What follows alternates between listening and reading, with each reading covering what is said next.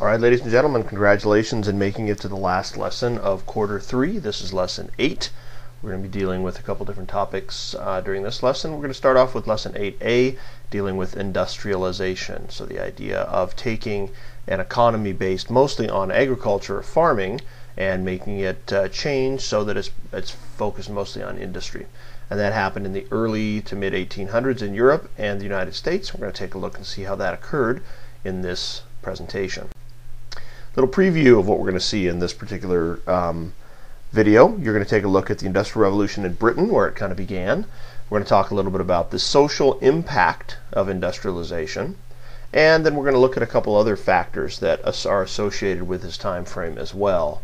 Nationalism and some other isms, conservatism and liberalism.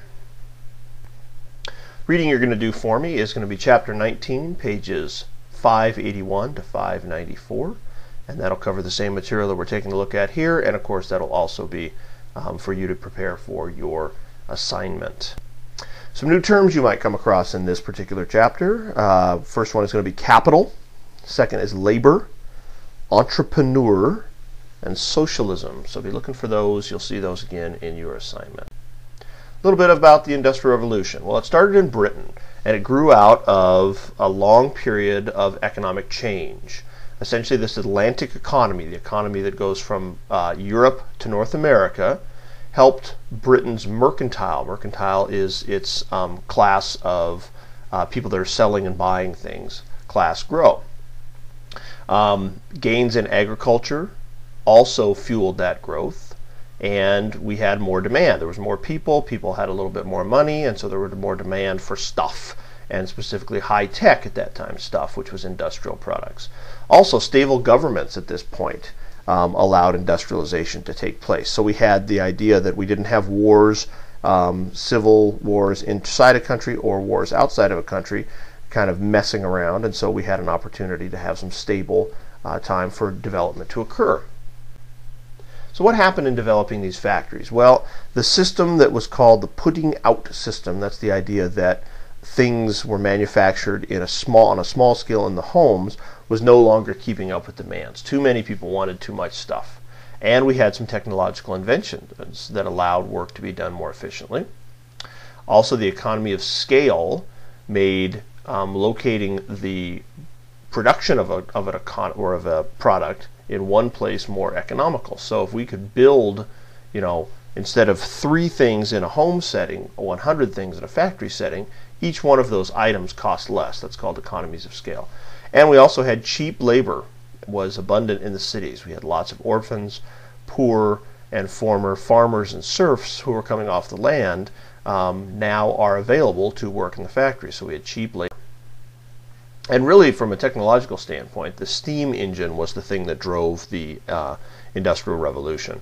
And essentially hand or horse-powered equipment was no longer sufficient to keep up with the demands. So we had to come up with something else. And what we came up with was steam-powered machines. So we used coal to boil water, and that produced steam. And a Scottish inventor named James Watt fine-tunes this design and makes steam power more efficient and strong. And so now we have something that can actually drive larger machines. So it also increases in iron production and other industries, and now inventors go off and figure out, how do I harness this particular technology to build the things that I need? Where did this happen? Where was industry happening, and with what people? Well, essentially, as the economic wealth grew in the early 1800s, population also grew. So there was 9 million people in 1780 in Britain, the United Kingdom, and it went from that to 21 million by 1851. So in the course of about 70 years, it went by a factor of over 2 in terms of the population. However, personal wealth was not necessarily increased. So we had more population, but not necessarily personal wealth. The labor force, the people that were actually going to make the stuff in the factories, were more mobile because they weren't tied to the land anymore. Farming had changed. We saw the growth of the cities was huge because of the factory labor. So people coming in to work into the factories allowed those populations to bloom in the cities. And Thomas Malthus used the idea of Darwin to come up with his own basic theory that population grows faster than food production can. So we were going to run into some problems with continuing population growth was not going to be kept up with by food growth. So what are some of the social changes that we saw? Well, we certainly saw new social classes that start to emerge. We now have labor, the people that build stuff, and capital. Capital is the money that also goes into building things, so usually the factory owners, managements, and workers. So we have these new relationships that are going on between people. The middle class of people in Britain and elsewhere are now moving into management roles. So they're the ones that are managing factories or managing parts of factories over the labor.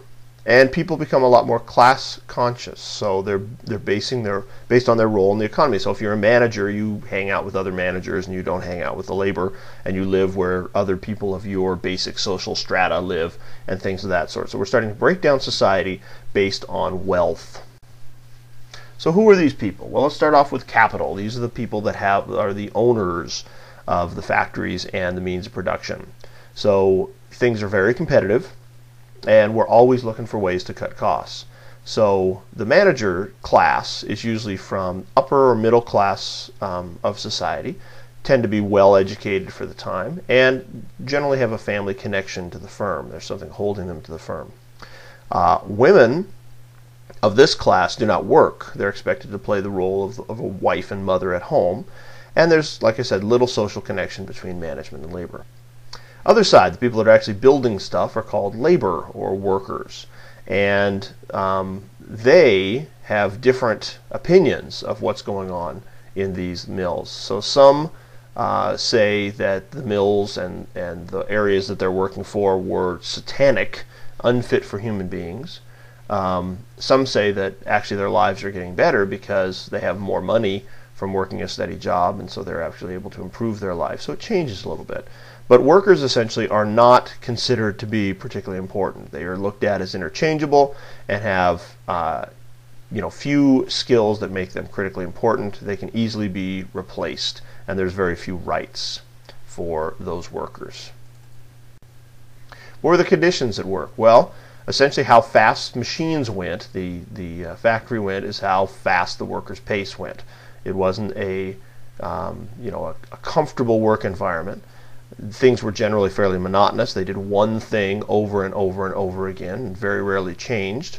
And the hours were set by management. There wasn't anything like the 8-hour work day with 15-minute breaks every 4 hours. That kind of thing wasn't allowed.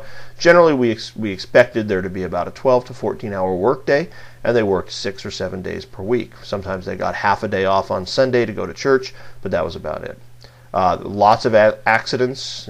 Safety was not a primary concern back in this time frame, and labor was generally segregated by gender. You didn't have men and women working together. They were concerned that that would lead to problems. Essentially, the governments allow things to occur. They kind of take a hands-off approach. So whatever happens is driven solely by economics and not by government policy. Now, another thing happens during this time frame that's kind of disconnected a little bit from the idea of industrialization, but I want you to know about it because it's a critical thing that we're going to see next time, and that is the idea of nationalism. Nationalism is the thought that people are connected by some sort of unique cultural identity. So the fact that Americans consider themselves to be Americans has to do with the fact that we live in a particular place and we have some sort of an identity. We share some things in common. The communication between people during the Industrial Revolution standardizes language. So we now are seeing we have to be able to talk back and forth between factories and buyers and sellers and things of that sort. So we're now starting to standardize language within the borders of a country.